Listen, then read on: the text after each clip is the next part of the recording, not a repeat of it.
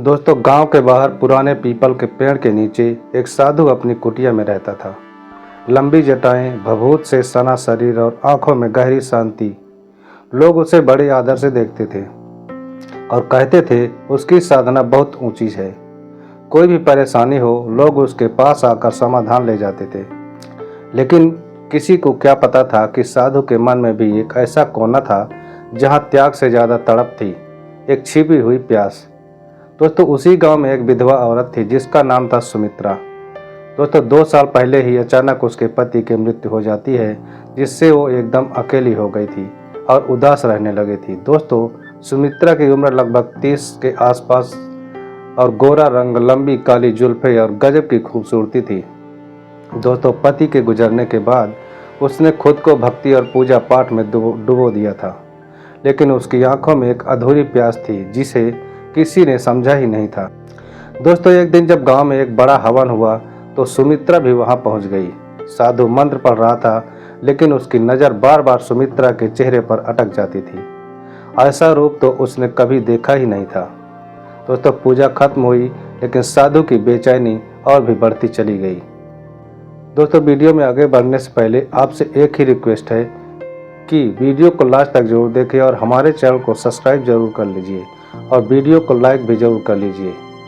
दोस्तों, कुछ दिनों बाद एक तूफानी रात आई। बिजली कड़क रही थी, बादल गरज रहे थे। सुमित्रा का घर गांव के किनारे था और अचानक उसकी छत उड़ गई। डर के मारे वह कंबल लपेटे भागती हुई कुटिया की तरफ आ गई। दोस्तों, बाबा मदद कीजिए, वह कांप रही थी।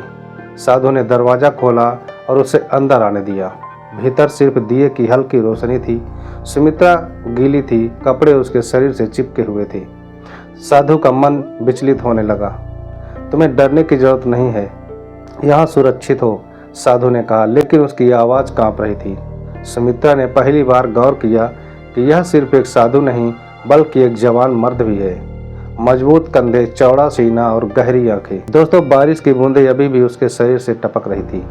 रात आप भीग गए हैं, कपड़े बदल लीजिए, सुमित्रा ने सहजता के साथ कहा। साधु कुछ बोल नहीं पाया, बस दिए की लौ की तरफ कांपता रहा।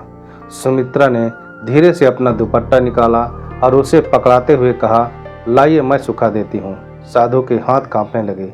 उसके जीवन में कभी किसी औरत का स्पर्श ही नहीं हुआ था, लेकिन आज यह सुंदर स्त्री खुद कुटिया में थी। धीरे धीरे सुमित्रा ने हाथ बढ़ाया और उसकी गीली जटाओं को छू लिया। साधु की सांसें तेज हो गई, आंखें बंद कर ली, जैसे खुद को रोकने की कोशिश कर रहा हो, लेकिन भीतर का पुरुष जाग उठा था। बाबा, आप भी इंसानी है। सुमित्रा की आवाज़ धीमी थी, लेकिन उसके शब्दों में आग लगी हुई थी। और फिर वो हुआ जो नहीं होना चाहिए था। तो कुटिया के अंदर सिर्फ दिए की मध्यम रोशनी थी। बाहर बारिश अब भी झमाझम बरस रही थी, लेकिन भीतर एक और तूफान उठ रहा था जिसे न तो साधु रोक पा रहा था और न ही सुमित्रा। सुमित्रा की उंगलियां धीरे धीरे साधु की जटाओं से होते हुए उसके कंधों पर टिक गई। साधु की सांसें तेज होने लगी। उसने आंखें बंद कर ली, लेकिन शरीर की हर नस मानो जाग सी गई हो। बाबा, सुमित्रा ने फुसफुसाते हुए कहा। साधु की आंखें खुली, लेकिन अब उनमें वैराग्य नहीं, वासना थी। यह गलत है, हमें रुक जाना चाहिए। उसने खुद को संभालने की कोशिश की। सुमित्रा हल्के से मुस्कुराई। उसकी आंखों में एक अजीब सी चुनौती थी। गलत और सही का फैसला करने वाले भी तो इंसान ही होते हैं बाबा, आप भी तो एक इंसान ही हैं। यह पहली बार था जब किसी औरत ने उसे इस नज़र से देखा था। उसकी पूरी तपस्या, सालों की साधना एक पल में मिट्टी हो रही थी। लेकिन अजीब यह था कि उसे पछतावा भी नहीं हो रहा था। सुमित्रा ने धीरे से अपना गीला दुपट्टा हटाया। अब उसके भीगे हुए बाल कंधों पर लहरा रहे थे। उसकी सांसें भी तेज थी, लेकिन उसकी आंखों में डर नहीं था, बल्कि एक अजीब सा संतोष था। साधु कांपते हुए पीछे हटने की कोशिश कर रहा था, लेकिन जैसे ही सुमित्रा ने उसके हाथ को थामा, वह ठहर सा गया। सालों से आपने खुद को रोका होगा बाबा, लेकिन आज इस बारिश की कसम, खुद को मत रोकिए। और फिर उस तूफानी रात में साधु की कुटिया में जो हुआ, वो सिर्फ 2 जिस्मों का मिलन ही नहीं था, बल्कि एक साधु के पतन की भी शुरुआत थी। दोस्तों, सुबह जब सूरज की किरणें भीतर आई तो साधु की आंख खुली। उसने देखा कि सुमित्रा अब भी उसके पास लेटी हुई उसके खुले बाल, चेहरे पर तृप्ति की लाली और हल्की मुस्कान, लेकिन साधु का मन भारी हो गया था। उसने सोचा कि मैंने पाप कर दिया है। वह बड़बड़ाया। सुमित्रा ने करवट लेकर उसकी ओर देखा। अगर यह पाप है तो फिर दुनिया का हर प्रेम पाप क्यों नहीं होगा? लेकिन साधु की आत्मा अब उसे धिक्कार रही थी। वह उठकर बाहर गया, माथे पर हाथ रखकर सोचने लगा, अगर गांव वालों को पता चलेगा तो क्या होगा। उसी वक्त एक जोड़ी आंखें दूर से यह सब देख रही थी। गांव का एक चरवाहा जो भोर में ही अपनी बकरियां लेकर जंगल की ओर निकलता था, उसने देखा कि सुबह होते ही सुमित्रा साधु की कुटिया से बाहर निकली थी। दोस्तों, उसने यह खबर गांव में फैला दी। सवेरा होते ही गांव में हलचल सी मच गई। चरवाहे ने जो देखा था वो अब पूरे गांव में आग की तरह फैल चुका था। लोग कानाफूसी कर रहे थे। साधु बाबा और सुमित्रा, क्या यह सच हो सकता है? वो तो बड़े त्यागी माने जाते थे, फिर ये क्या किया? गांव का मुखिया भी बेचैन हो गया ये बातें सुनकर। उसने तुरंत पंचायत बुला ली। उधर साधु का मन घबराया हुआ था। रात की मदहोशी अब भारी बोझ बन गई थी। सुमित्रा वापस अपने घर में चली आई थी, लेकिन साधु की आत्मा जैसे कांप रही थी। उसने खुद को आईने में देखा। वह वही साधु था, लेकिन भीतर कुछ बदल सा चुका था। क्या मैं अब भी एक तपस्वी हूँ या फिर एक मांसल पुरुष? इन्हीं ख्यालों में खोया हुआ था। अचानक कुटिया के बाहर कुछ आवाजें सुनाई दी।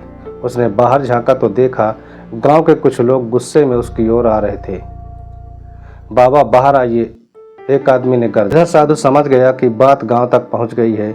उसके हाथ पैर ठंडे पड़ने लगे। गांव के चौपाल में पंचायत बुलाई गई। सुमित्रा को भी बुलाया गया। वह वहां सिर झुकाए खड़ी थी, लेकिन उसके चेहरे पर किसी तरह का डर नहीं था। मुखिया ने गुस्से में कहा, बाबा, यह गांव आपका सम्मान करता था, लेकिन आपने एक विधवा स्त्री के साथ क्या किया? भीड़ से किसी ने चिल्लाकर कहा, इसकी सजा मिलनी चाहिए। साधु चुप रहा। वह जानता था कि अब कोई सफाई देने का फायदा नहीं है। लेकिन तभी सुमित्रा ने धीरे से अपना सिर उठाया और पूरे गांव को देखा। सजा किसी मिलने चाहिए, मुझे या बाबा को, उसने साफ और मजबूत आवाज में कहा। गांव वाले एक दूसरे का मुंह देखने लगे। अगर दो लोग अपनी मर्जी से एक दूसरे के करीब आए तो क्या यह अपराध है? बाबा ने मेरा शोषण नहीं किया है, न ही मैंने उन्हें फुसलाया है। जो हुआ वो बस हो गया। गांव में फुसफुसाहट शुरू हो गई। कुछ लोग मान रहे थे कि सुमित्रा सही कह रही है, लेकिन कई अब भी गुस्से में थे। पंचायत का फैसला आया, साधु को गांव छोड़कर जाना होगा। एक साधु का धर्म तपस्या है, वासना नहीं। अब आप यहाँ नहीं रह सकते, मुखिया ने सख्ती से कहा। सुमित्रा को लेकर कोई सख्त फैसला नहीं हुआ, लेकिन उसे अब गिरी हुई औरत कहा जाने लगा। गांव की औरतें उससे बात करने से कतराने लगी। पुरुष उसे छुप छुप कर घूरने लगे। साधु ने एक नज़र सुमित्रा को देखा, फिर अपनी कुटिया की ओर बढ़ गया। उसे अब यह तय करना था, क्या वह सच्चे पश्चाताप के साथ कहीं और जाकर साधना करेगा या फिर सुमित्रा के साथ एक नई जिंदगी की शुरुआत करेगा। दोस्तों, गांव की पंचायत ने फैसला सुना दिया था कि साधु को गांव को छोड़कर जाना होगा। लेकिन क्या सच में प्रेम इतना कमजोर होता है कि समाज के एक फैसले से ही खत्म हो जाए? साधु ने अपनी कुटिया छोड़ने से पहले आखिरी बार पीपल के उस पेड़ को देखा जिसके नीचे उसने सालों तपस्या की थी। लेकिन अब मन में वैराग्य नहीं, एक अजीब सी तड़प थी सुमित्रा के लिए। उधर सुमित्रा भी बेचैन थी। गांव वालों की नज़रें अब उस पर और ज़्यादा ठहरने लगी थी। कोई छिपकर उसे घूरता, कोई ताने देता, तो कोई आधी रात उसके दरवाजे पर दस्तक देने की हिम्मत करने लगा था। उस रात जब चांद पूरा था और हवा में हल्की ठंडक थी, सुमित्रा अपने आंगन में बैठी हुई थी। मन में बस एक ही सवाल था, क्या बाबा चले जाएंगे? तभी किसी ने धीरे से दरवाज़ा खटखटाया। सुमित्रा का दिल तेजी से धड़क उठा। उसने दरवाज़ा खोला और सामने वही खड़ा था साधु, लेकिन आज उसके माथे पर भभूत नहीं थे। चेहरे पर तपस्या की जगह भावनाओं का ज्वर था। तुम चली चलोगी मेरे साथ? साधु ने पूछा। सुमित्रा की आंखों में आंसू आ गए। क्या यह सच में मुमकिन है? उसने कांपती हुई आवाज में पूछा। साधु ने धीरे से उसका हाथ थाम लिया। प्रेम से बड़ा कोई धर्म नहीं सुमित्रा। यह समाज हमें बांधने की कोशिश करेगा, लेकिन क्या हम सच में इन बेड़ियों को मानते हैं? सुमित्रा को और सुनाई नहीं दिया, बस उसकी उंगलियां साधु की हथेलियों में कस गई। रात गहरी थी। दोनों गांव से दूर नदी किनारे एक मंदिर के खंडार में पहुंच गए। वहाँ बस चांद की रोशनी थी और बहती हवा जो उनके भीतर की ज्वाला को और भड़का रही थी। तो सुमित्रा ने अपना सिर साधु के कंधे पर टिका दिया। आज पहली बार मैं खुद को अधूरा नहीं महसूस कर रहा हूँ, साधु ने उसके कान में फुसफुसाया। सुमित्रा ने धीरे से उसकी उंगलियां अपने होठों से छुआई। तुमने मुझे फिर से जीना सिखा दिया है बाबा। अब कोई भय नहीं था, कोई बंधन नहीं, बस दो धड़कते हुए जिस्म और प्रेम की असीम गहराई। दोस्तों, त्याग से बड़ा प्रेम का बलिदान होता है। साधु ने समाज, अपनी पहचान और पुरानी मान्यताओं को छोड़कर प्रेम को अपनाया, क्योंकि प्रेम सिर्फ शरीर का नहीं, आत्मा का भी होता है। दोस्तों, न्याय हर चीज से ऊपर होता है। जब लोग अंधी भीड़ बनकर फैसले लेने लगते हैं तो सही और गलत का निर्णय मुश्किल हो जाता है, लेकिन हमेशा कोई न कोई सत्य की रोशनी लेकर आता है। दोस्तों, सच्चा प्रेम समाज की स्वीकृति को मोहताज नहीं होता। साधु और सुमित्रा ने यह साबित किया कि प्रेम अगर सच्चा है तो वह किसी भी मुश्किल से पार पा सकता है। दोस्तों, ये वीडियो आपको कैसी लगी कमेंट में अपनी राय हमें ज़रूर बताएं। और अभी तक हमारे चैनल को सब्सक्राइब नहीं किए हैं तो वीडियो को लाइक और चैनल को हमारे सब्सक्राइब जरूर कर लीजिए और बेल आइकन को भी प्रेस जरूर कर दीजिए। दोस्तों, मिलते हैं अगले नए वीडियो में, तब तक अपना ख्याल रखें। धन्यवाद।